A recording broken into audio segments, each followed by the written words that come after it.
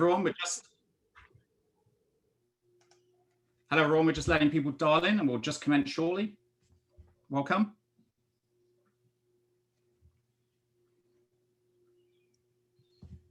Okay, I can see everyone coming in.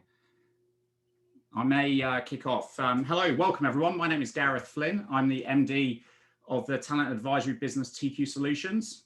Really big, warm welcome to our Workforce Agility event today, brought to you by the great teams at the ATC and Rejig.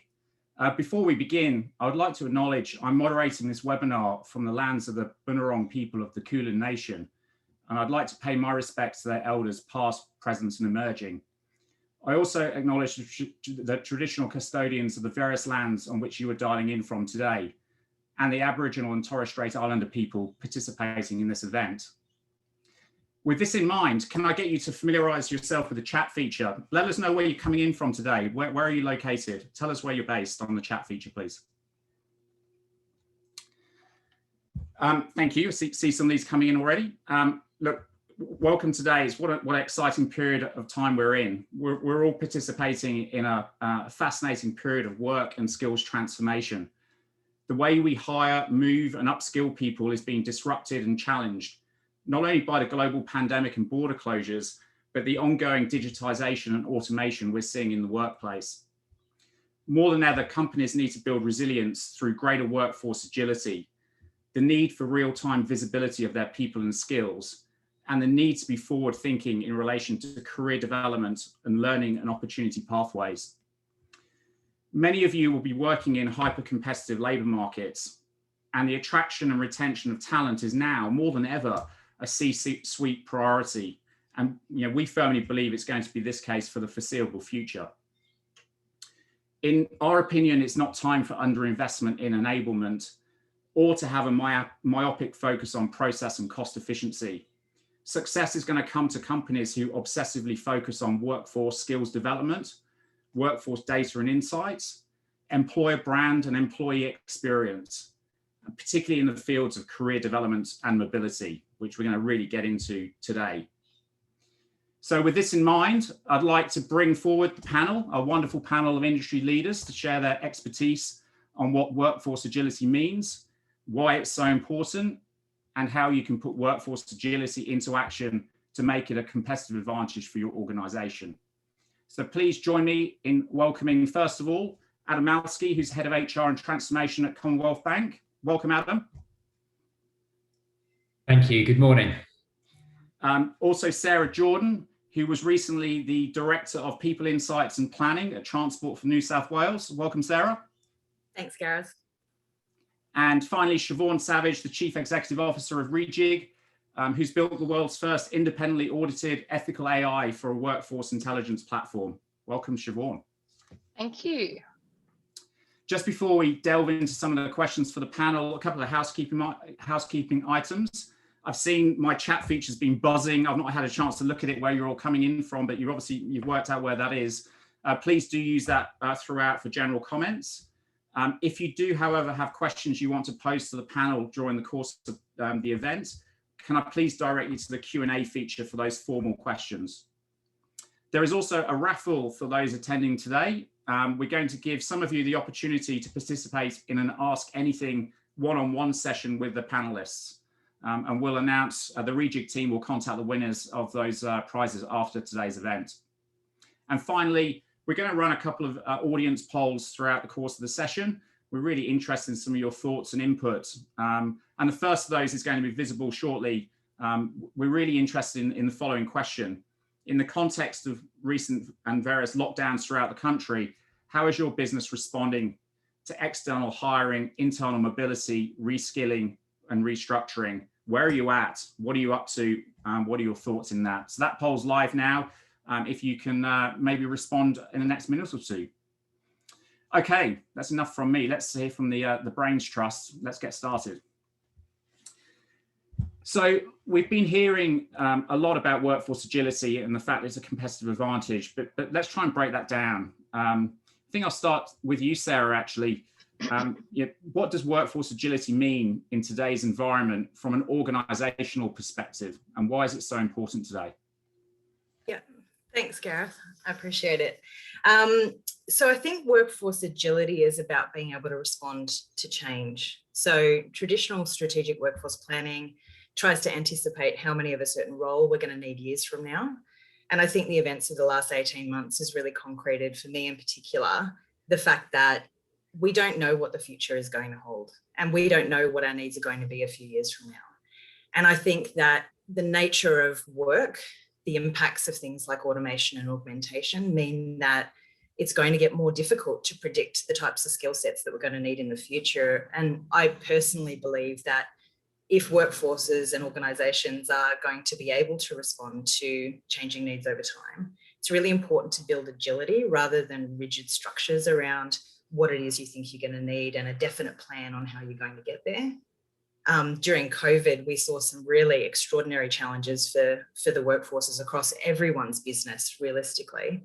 I know in my experience, we had to transition 10,000 people to working from home really quickly. And that meant, the IT systems that support those people and how do you make sure that you understand who you've got and where they are and where you can possibly mobilize them to respond to these emergency events. Bushfires was a very similar situation. Really tragic, but we had large workforces that had to be mobilised to be able to support the emergency needs of the organisation, but also the people of New South Wales. And so I think that if you're going to really be fit for the future, we need to stop thinking about things in such a linear fashion, and we need to start really understanding the skills and capabilities that we've already got within the organisation. Your role description is out of date 5 minutes after you started with an organisation. And we have a tendency to not really know very much about our people. And in particular, we gain all this wonderful information at the point of recruitment, and then we put it in the bin. Realistically, we don't integrate those systems. We don't really understand our people as a holistic set of experiences and skills. We look at them as their role description that they are today. And that's why it becomes very difficult to mobilize people. So that's my perspective on that one. Great. Sarah, that reminds me, one of our clients of ours a few years back, his talent strategy was described really as, yes, we want to know who's out there, but more importantly, we want to know who's in here. And they couldn't do it a few years ago, but we can now. So yeah, that's great insights. Thank you. Adam, along a similar vein, just bringing you in here, what does workforce agility mean from an internal HR perspective? Yeah, thanks, Gareth. I really agree with a lot of the points that Sarah just made, and I'll link back to a couple of those in a second. But where I'd start is that there's been an upside of the pandemic. It's forced organisations to rethink pace, decision making, and the traditional approaches to solving problems. And in the context that I work in, that's very much around HR strategy and transformation, which I lead at CBA. And so for me, what that's really enabled is for us to really think and reimagine how we might want to mobilise or increase mobility of our 45,000 person workforce. So very similar to many other large organisations, CBA have an overweight focus on external sourcing. There's no questioning of that from a historical perspective, but there's a great opportunity, or we have had this great opportunity that we're really embracing to flip that and drive internal mobility. And to Sarah's point around sort of fit for future and understand the skills within the organisation, I think there's been a bit of a scramble, certainly from my side, to really try and grapple with that and understand better who we have in our organisation. And to be perfectly honest, I think we understand our external talent more than we do our internal people. To Sarah's point, it's crazy because we have so much data at some point, whether that's the applicant tracking system all the way through to talent management or performance, but it doesn't get leveraged and utilised. And we can come back to that later on. But one initiative that I'm personally accountable for and driving at CBA is reskilling. And so I've identified areas of high vacancy demand, I should say, within our organisation, whether that be through growth or attrition as well. In current context, and offer reskilling boot camps to motivated employees who come out of the woodwork through expressions of interest. And I use that term "come out of the woodwork" very specifically because I would love to be in a position where I can understand in my 45,000 person organisation who has the right skills, adjacencies to target and nudge into the reskilling programs that I'm running. but actually I don't have that information. So I'm going with a broad brush expression of interest to see who comes out of the work to sort of self-select in, which is effective, but nowhere near as effective as what it could be. And reskilling for me all starts with demand and supply. So there's a simple equation, we've got increased demand in areas like cyber, analytics, risk, product owner, no big surprises there. And there's other areas that are shrinking in demand due to various simplification initiatives, whether that be divestments or process automation, whatever it might be. And then the flip side to that is obviously the supply pool. They're shrinking, and that's again no surprise. The war for talent is a massively overused term, but that's exactly what we're facing into those areas I just mentioned, especially amplified by border closures. The international talent pools that we used to tap into, especially for things like analytics and cyber in more mature markets, say in Northern Europe or the US. We just don't have that now with obviously Australian border closures since last March or April, March. And then sort of to amplify that even more, the internal competition or domestic competition, I should say, for those talent pools is absolutely going through the roof as well. We used to compete against the other banks for, say, the big data analytics type roles, but now every tech company, every business needs data analytics employees because data analytics is such an important part of every business operation now. So in summary, like the talent pool is smaller and the demand is larger for these areas.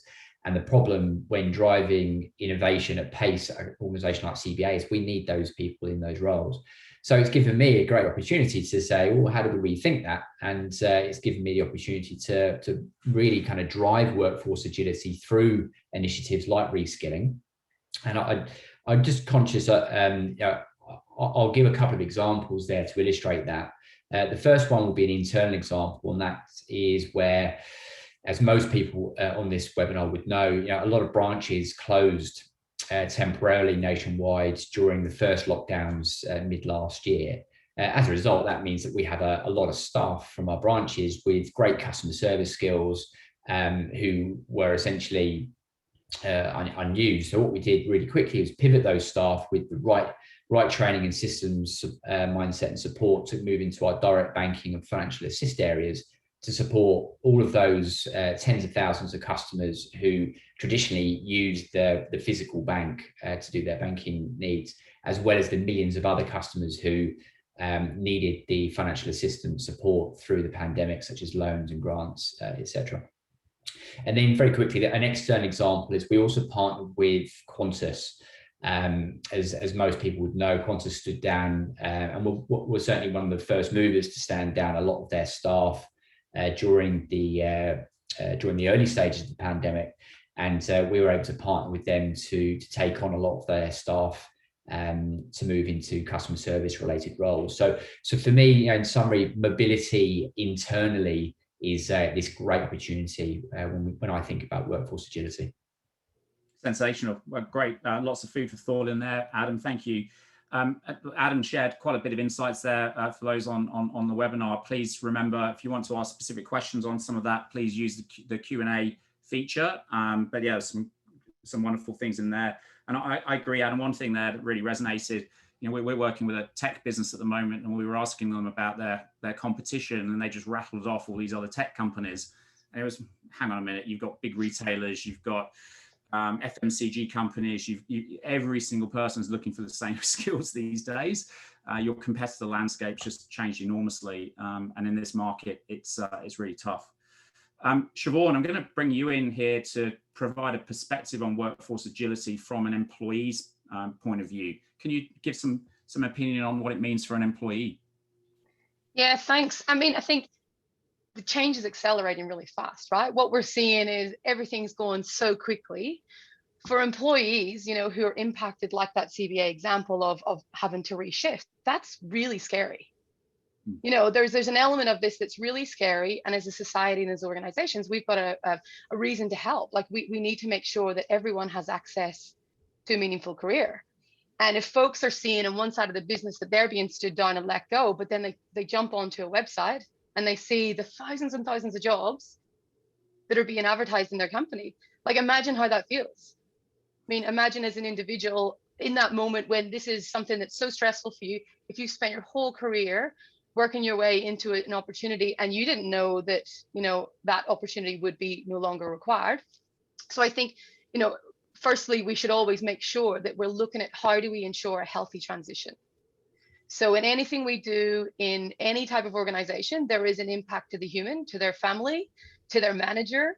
The ripple effect of this change needs to be supported. And, I think that's one part that for us is really important, that, we've got a real zero waste focus of potential at Rejig, right? So we're talking about individuals who have all of this potential that's untapped.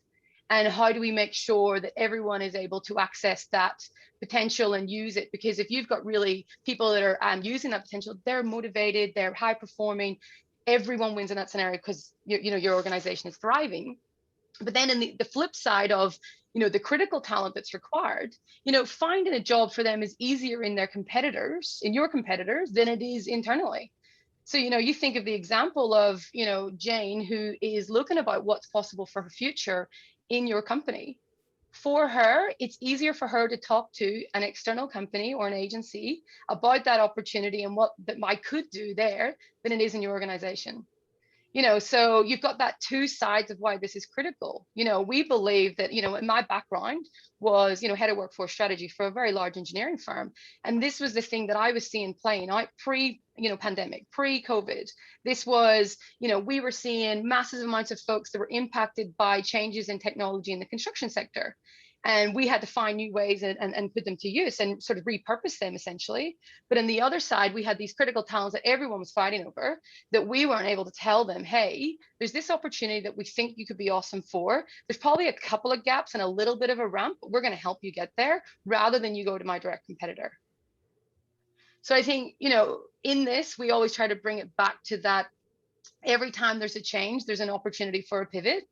Let's think about it from a positive perspective, that if there is folks that are impacted, and there is going to be, so as organizations, we're kind of saying, hey, take this as an opportunity to pivot, plan it, and be able to have those conversations internally. But then in the same hand, making sure that we're looking at, for the critical talent pools, like Gareth said, digital talent, you're competing with the whole market now.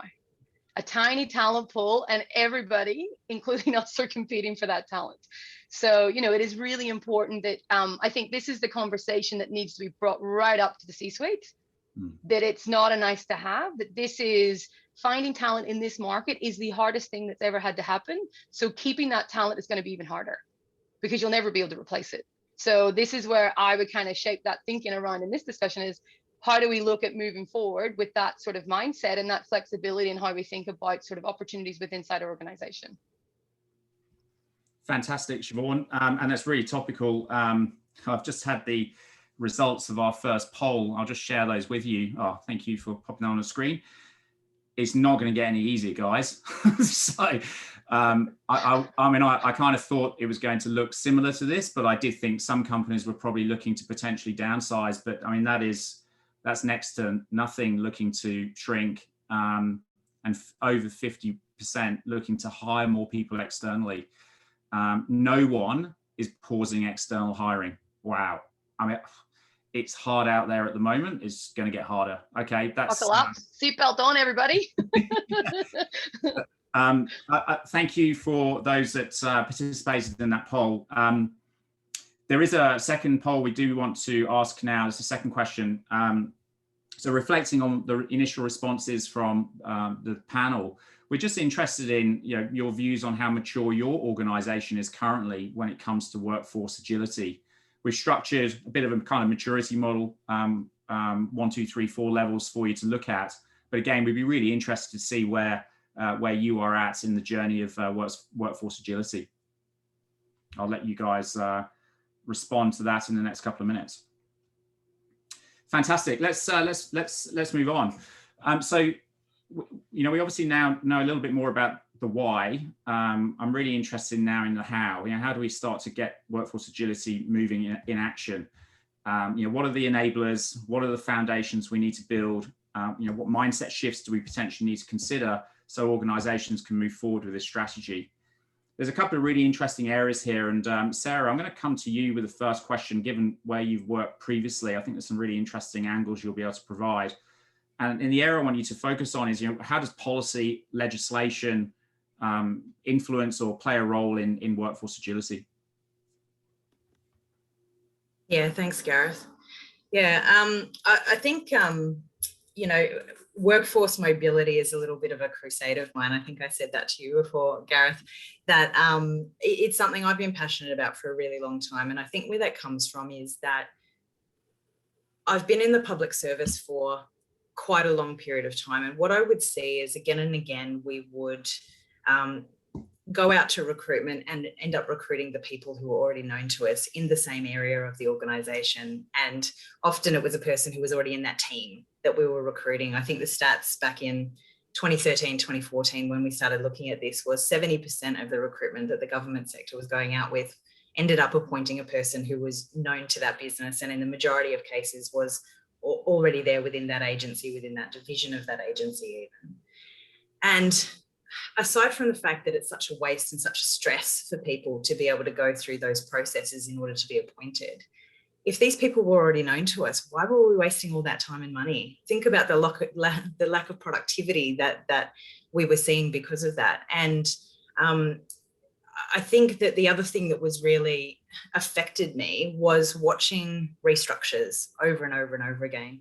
And I think that we have a slight change in direction and we have a restructure and we put all these people off and we hire all these new people who apparently have brand new skills, but often don't. And often it's the same people that we're hiring back again anyway.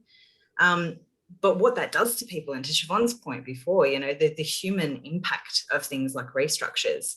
And there was a really big shift in the government in New South Wales anyway, back in 2013, 2014, when I was at the Public Service Commission, where they actually had a once in a generation change to the legislation. And I was fortunate enough to work on the team that made some of those changes, particularly around the areas of workforce mobility. And the vision back then was that there was a perception in the government that a person owned a job. You've probably heard that if you know anyone who works in government. There's this, I own a job and I've been employed and this is my job and you can't take it from me. But the truth of the matter is nobody owns a job, because a job changes over a period of time and the role description changes over time, and the function that you think that you do. I've worked in human resources, but suddenly analytics is a part of that. So, do I work in IT now or do I work in human resources? The nature of roles and the crossover between those kind of functional elements is changing so rapidly. So there were some legislative changes that were pushed through back in 2014, and that was a great foundation.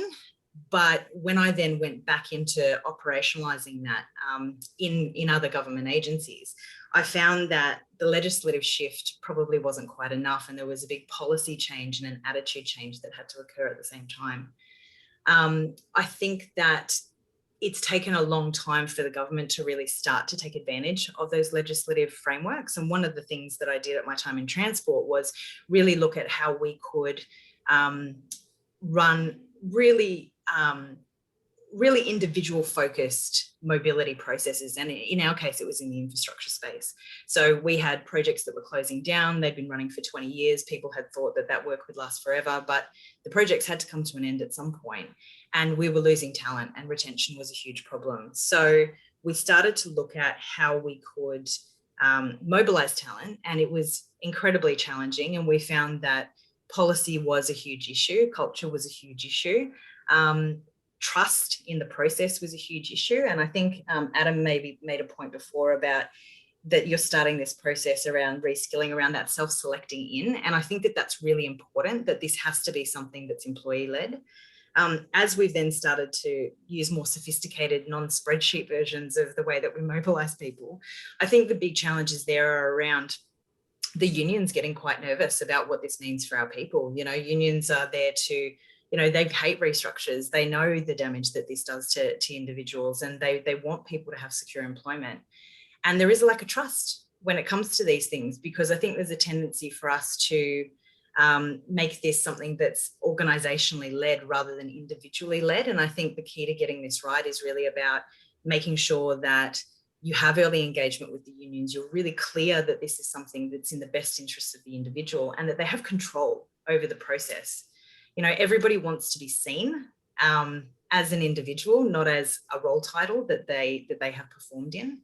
And I think that, you know, you need to look at your policies, you need to look at your structures. We have these, you know, linear ideas about what career progression looks like in an organization. I do a job and then I do my manager's job and then I do my manager's job. That then's evolved into this kind of latticing where you go sideways. But I think it's bigger than that. I think it's individual. And I think that, you know, the conversation that we've had with unions, I had originally thought would have been a lot more difficult. But when you actually sit down and have a meaningful conversation about what this means for an individual person, and the fact that if you do mobility well, you could probably restructure less because your organization has the capacity to organically shift and change over time.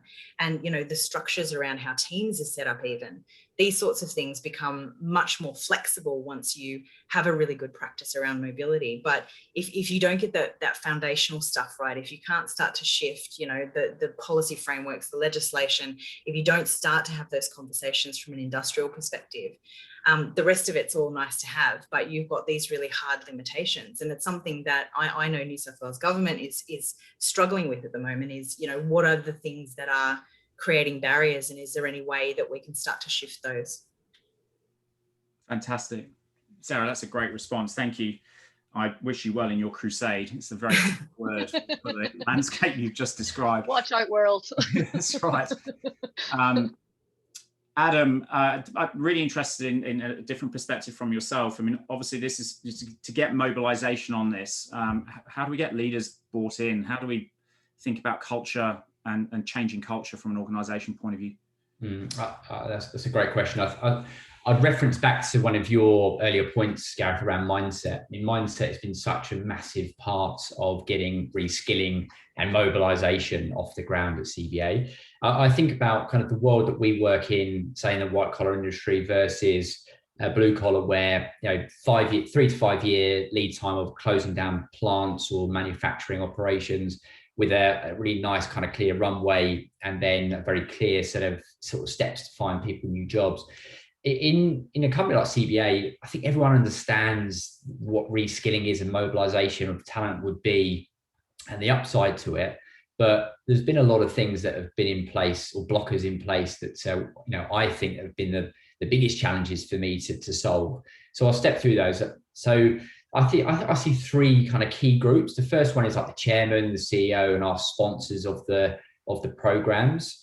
And they've got to be on board, right? It needs to line up to our business strategy. You need that leadership support right up front, first of all, from a financial backing perspective, but also, you know, the sponsors are the people who ultimately influence their teams to take on reskillies into their teams eventually. And then sort of secondary to that then is the hiring manager. You know, the mindset of the hiring manager at CBA, to my earlier point, has been we buy people in the external market. They've got 100% fit. They've had X amount of years experience, and that's what you buy in and that's what you expect. But if you can't access that talent pool anymore, well, what do? You've got choices. You either change your mindset and say, well, actually, I'm open to people internally because they have great alignment to our values, our code of conduct, our vision, understand our customers, business problems, etc. And I'm okay to take someone who's 70% as a result of a reskilling program and they've got great motivation and passion. That's a shift. And some people have now, there are best advocates who have successfully got reskillies in their teams and believe that they're incredible talent. But there's still a big percentage of our organization and hiring managers that I continually need to work on. And then the third group is our recruiters. So recruiters hold the vacancies, you know, thousands of vacancies each year at CBA, and they also hold the shortlist to determine whether or not a reskillie would get a first round interview. So all of these things that I'm referring to here is mindset. You know, mindset is such a key part. There are many other blockers that I've had to solve for, but I would certainly start, you know, with the time that I've got. Mindset is the key one. I just want to touch on, just conscious of time, a point that Sarah made and was talking about policy. You know, there's other things as well that have been really important to help, I think, organizations like CBA get reskilling off the ground, and that is things like fringe benefit tax. So I was working on sort of solving fringe benefit tax for learning and development that isn't related to your current primary source of income. And I'm very deliberate about those words because I learned a lot about tax and employment law through the last 18 months. But essentially, fringe benefit tax was in place up until the previous budget, where reskilling programs would have doubled in cost. And that would have been a huge blocker. Organizations wouldn't be paying for, let's say, an $8,000 reskilling boot camp if it turned out to be closer to 20K. The business case starts to obviously shrink, and the effort required is still there. So I just wanted to make that point around sort of movements from a government perspective as well to support organisations like us to do this at scale. Fantastic, Adam. Mindset, and let's lose the purple unicorns and focus on the 60 to 70%. Bang on. Great response, Adam. Thank you. Enablement is a topic close to my heart. In the consulting world, we have to deal with some very archaic, very clunky technology in some of our client work. But Siobhan, great thing to talk to you about. What do we need from a tech enablement point of view? What's your view on how we can bring this to life through technology? I mean, the easy thing for me to say would be to start telling you about what tech can do. But I think before we get to that, I think park that for a second. One of the things, and I'll give you a bit of context. So my background pre-Rejig was head of workforce strategy for a large engineering firm. Mobilizing, demobilizing was literally my career. So in one side of my business, I would be mobilizing Melbourne Metro. Thousands of people on a multi-billion-dollar project. So you're talking everyone had to rapidly move onto this project. In the other side of the country, I would have another project demobilizing where thousands of people were actually at risk within 6 weeks of losing their job. So imagine the anxiety, firstly. Take a moment to imagine that anxiety on a regular basis. But yeah, I mean, I think one of the biggest things that we need to focus on is like, actually, what is the problem we're trying to solve? And I came to the problem and to the Rejig thing through the problem. So for me, it was like, I had to mobilize thousands of people on a regular basis. And I'll give you an even funnier story. We sold people for a living, right? We're a professional services firm. We sold people for a living. That was our product. And at that time, we had under 19% on average visibility of who our people were. Now, think about that in the context of I'm trying to do this rapid scale, thousands of people's lives, millions of dollars at stake. And I was working on spreadsheets and no one would complete their employee central profile. We tried to bribe people. We made it mandatory. We then made it a manager's responsibilities part of the annual performance review that you couldn't, get a move in your progression unless you complete your profile. No one did it. No one did it. And I thought genuinely that this was just me. I thought I was living in this world where we were rubbish and we just couldn't get our people to do this. But unfortunately, that's across the board everywhere we go. Whatever industry, whether you're private, public sector, government, in whatever country around the world, there is a lack of data inside of an organization. And I'm not talking job title data because that's rubbish. I'm a perfect example of someone who's not a career pathway. I'm a ex-workforce strategist who now is a CEO of a technology company, right? So I think that we need to focus less on job title. The data that is existing that we had on our people, it was like a gold mine. I had, Jane, let's say from when Jane first applied for a job, we had all the information about her. We had all her assessments. We had all the skills that she had. We had, individual systems where she was on a succession plan. We had spreadsheets and more spreadsheets and more spreadsheets everywhere in the business in our redeployment plan. So the data was there, but it was completely disconnected. So this kind of sent me to my Rejig moment where I was like, come on, there's got to be a better way of doing this. In order for me to do a really good job. And I think the catalyst for me was on Melbourne Metro, they put really strict targets in place. So anyone who works in the construction sector will know that the government, they push serious, and Sarah will know this very well.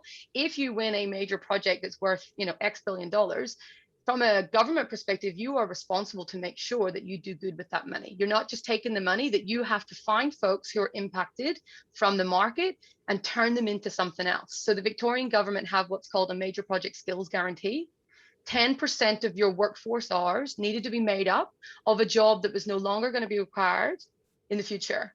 So imagine me having my leadership bonus connected to this. I had to mobilize this major project. I also had on the other side of the business, thousands of people who were being impacted in another project. And that is literally what everyone on this call will be facing, a version of that. So high pressure, they need to move. They've got pressure from the business to actually find opportunities and repurpose folks, but with no ability to do it. Like, it was all tribal knowledge. The only way that we were able to move people on major projects was we rang the PD, the project director, and said, hey, who on this project do you know that we can pull in? And it was my kind of moment to go, hold on a second. How come there's all of this technology in the market, in all of these spaces, you know, that you'd spend all week talking to vendors, but how come still I've got no visibility of my people? So I think, you know, the key message here is, don't buy into the shiny, what's new and the hot in the market. I think start first with, what am I actually trying to solve? What are the impacts of what I'm solving? And then look at, well, what is the technology that's going to enable that? Because, you know, I own a technology company, but we're not the full solution. We are an enabler of, you know, the things that will happen. You know, there's a lot of change management that goes into bringing in, you know, new ways of working, as you all know. So yeah, I think that's kind of a long-winded answer with less technology focus. But I think my point would be, technology is incredible, and we have seen incredible things happen with Rejig, but really that first part is important. And Gareth, you'll agree with me on this. Like, this is what you make a living doing, is helping folks come to the solution of designing, you know, how do we, you've got these epic problems, how do we enable you to actually solve these problems at scale? You know, and that's really where we would say start there, and then go to look at, well, what tools can enable this at scale? And I think my only iteration that I would say when doing the technology thing is, no matter what, if you think the humans, the employees are going to complete your profiles in whatever technology, ask everyone on this call, because I can tell you right now, it's benching about 10% in the Australian market right now, and it's sitting in other companies that we're working with under 20%. So, you know, it's really key, you know, component is data, and that's critical for that pathway. Fantastic, Siobhan. I scribbled down here, technology is just the window to data, and data is the gold. Data is the oil, and the tech is the access point. That's really fantastic. Thank you very much. That's really great response. I just want to share with the audience the results from that last poll. Quite eye-opening. Again, thank you for participating. We're clearly in a immature, where it is not surprising, it's quite an immature marketplace. This is a really new segment of focus for many companies, so I'm not surprised by this. But it's really encouraging to see some organizations, you know, 38% saying that they're in that transforming level 2, which means they're on a journey. They're really on a journey. 9% in progressive and 2% on leading edge. So, you know, we've got nearly 50% of the audience who responded, who are doing something quite proactively about this at the moment, which is fantastic. And hopefully the remaining 50 or so percent are on their very, very first foundational parts of their journey. So thank you for sharing that. Instead of a poll, we also just wanted to ask, there's a question we wanted to pose in the chat. Adam talked about blockers from a CBA perspective. Please, in the chat, what do you think are the biggest blockers your organization's facing right now? If you wouldn't mind just sort of responding to that question in the chat, it'd be quite good to see. I've noticed Rich from Smart Recruiters has posed a really good curly question. Thank you, Rich. Again, just to remind people, if we can pop those in the Q&A so that we can moderate those, that'll be fantastic. Thank you. Awesome. We're going to start. I can see you responding to that question now in the chat. Thank you. A mindset, first one in, not a surprise. Siobhan, I just want to pick up on everyone. When we are in a consulting assignment, we're just perpetually asked, show us who's doing what. Show us what good looks like. Show us what other organization, and they normally ask us to go to the US for some bizarre reason, but anyway, show us what good looks like in other companies. So could you just bring to life a couple of case studies, use cases where you can share where Rejig is trying to solve for some of the challenges we've talked about today? Yeah, for sure. And I think, one of the key things I would say in all of this is, if you listen to what Sarah was saying earlier, you know, they started their journey. How many years ago was that, Sarah, where you guys were talking about actually, you know, the policy reform to even get you on the journey of looking at technology? Like how long ago was that? Yeah, it's about 6 or 7 years that we've been on this journey. Yeah, yeah. it's So slow going. you have been crusading in the government for, you know, 6-7 years. And I think, I mean, one of the things that we've noticed is there is a lot of people like Sarah in the market, right? There's a lot of people that are passionate about solving this problem.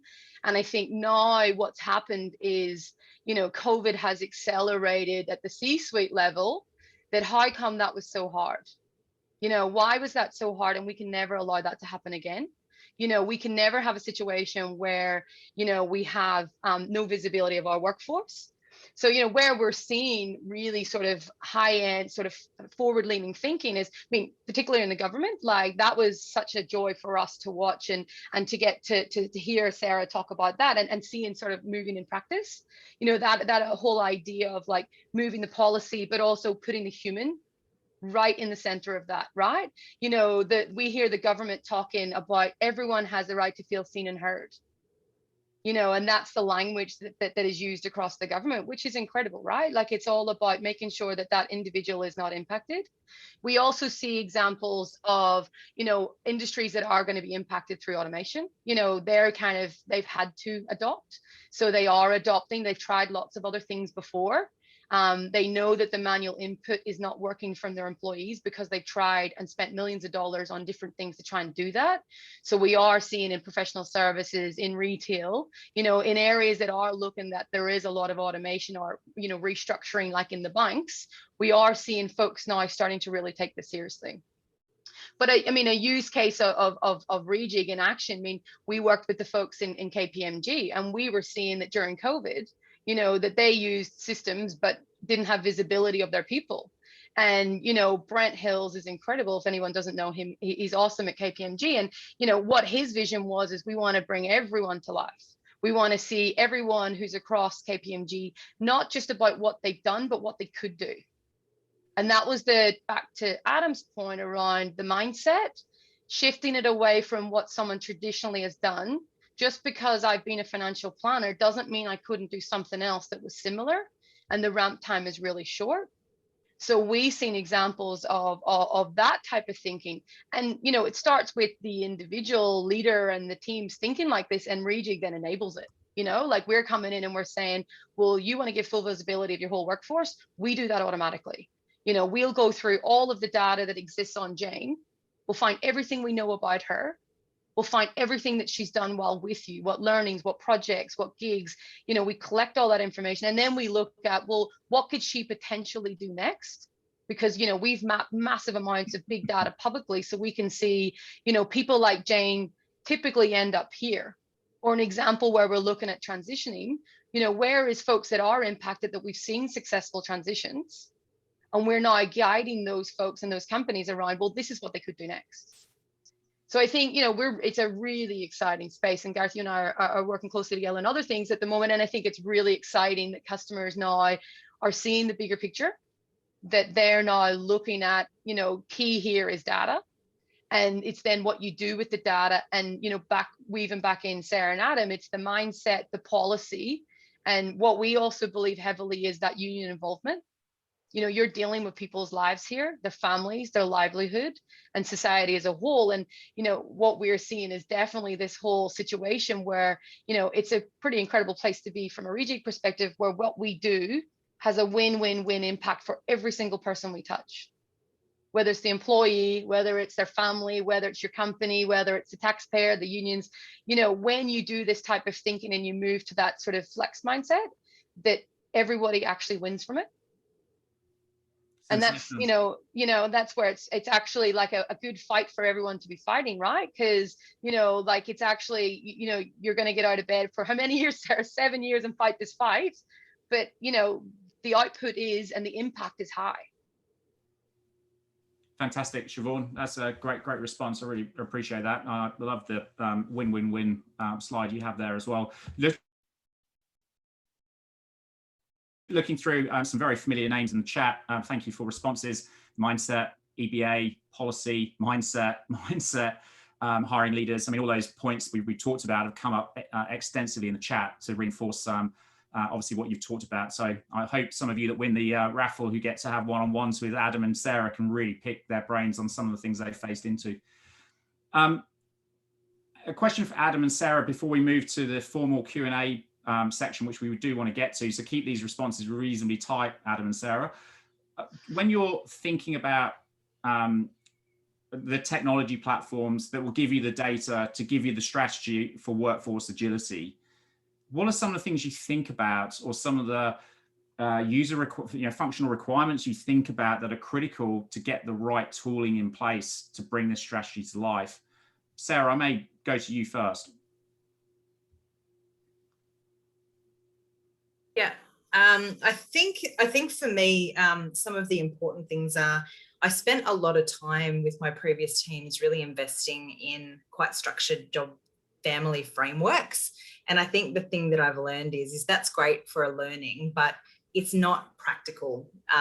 You know, the way that roles are structured and that they change over time, you need something that is going to be dynamic and that can shift and that isn't administratively burdensome in terms of being able to update that. You know, the example I used before around HR, and then you've got analytics, and this doesn't fit into your normal job you know, architectures. How do you, you know, the accelerating nature of those changes, it's just going to get faster and faster. And so you need something that's flexible to change. I think the other thing that was a really big consideration for me personally, and for our organization, was if you're starting to use things that utilize artificial intelligence or machine learning, that's terrifying for people.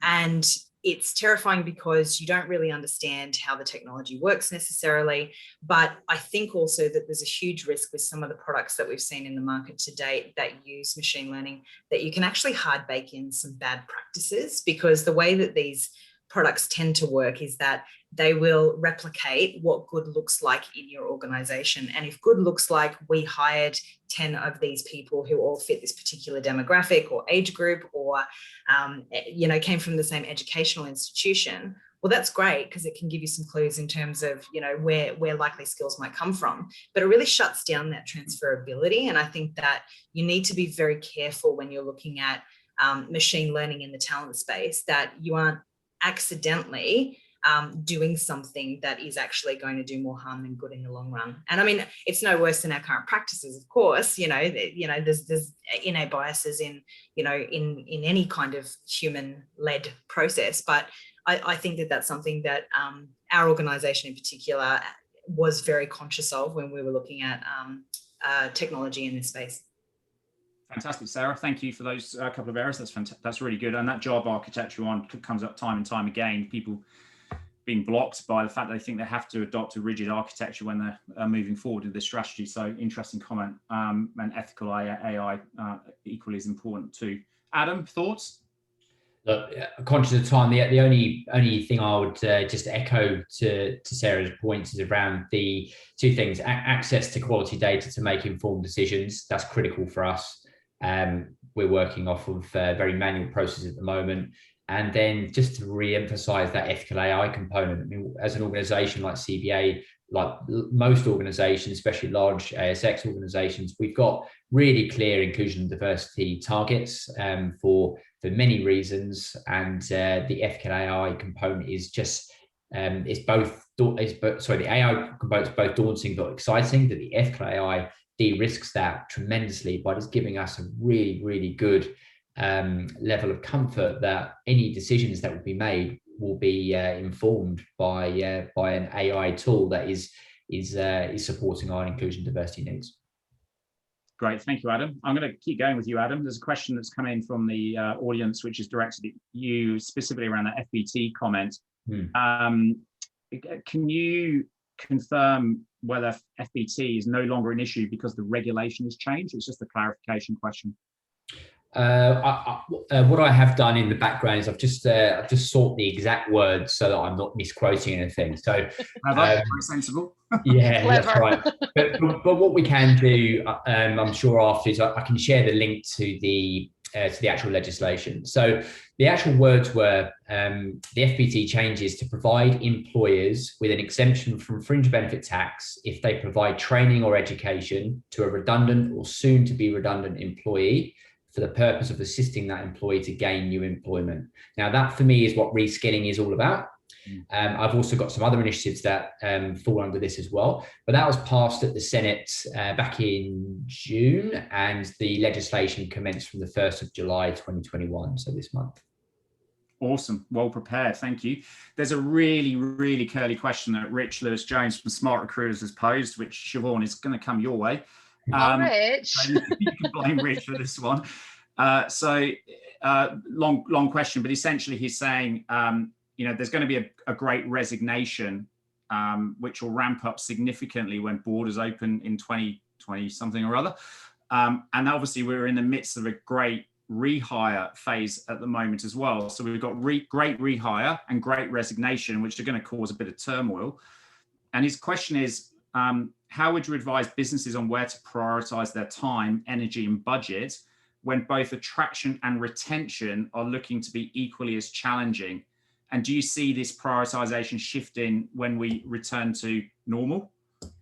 Yeah, so I don't think there is a normal. There wasn't a normal before COVID either. It just wasn't talked about so publicly, in my view, anyway.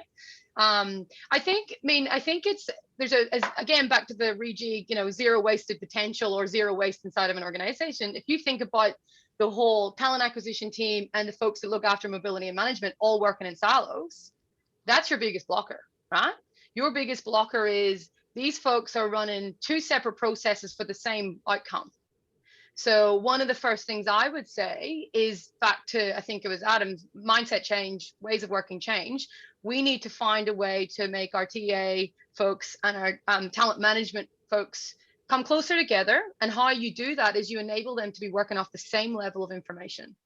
So my background was responsible for TA and talent mobility. I had a very unique opportunity to witness the blockers that are. So whether you're rapidly hiring 5,000 people and you get everyone pivoting over to that side, sorry, the pivot use words, but you know what I mean? Like that ability to ensure agility in our teams and how we respond.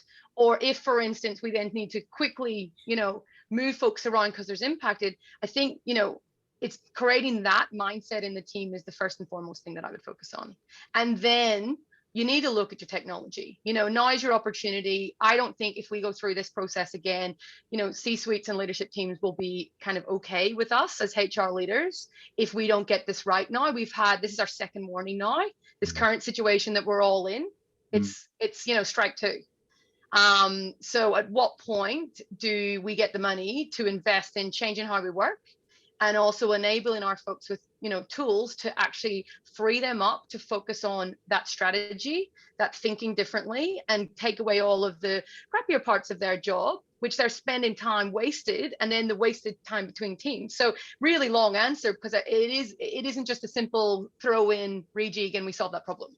As much as I should be saying the opposite. Do you know what I mean? Like there's a couple of, and this is why I think sitting on this discussion with the group who are so diverse in their thinking and they're experts in their field has been such a privilege for me, because it's the broader way of thinking about solving this problem.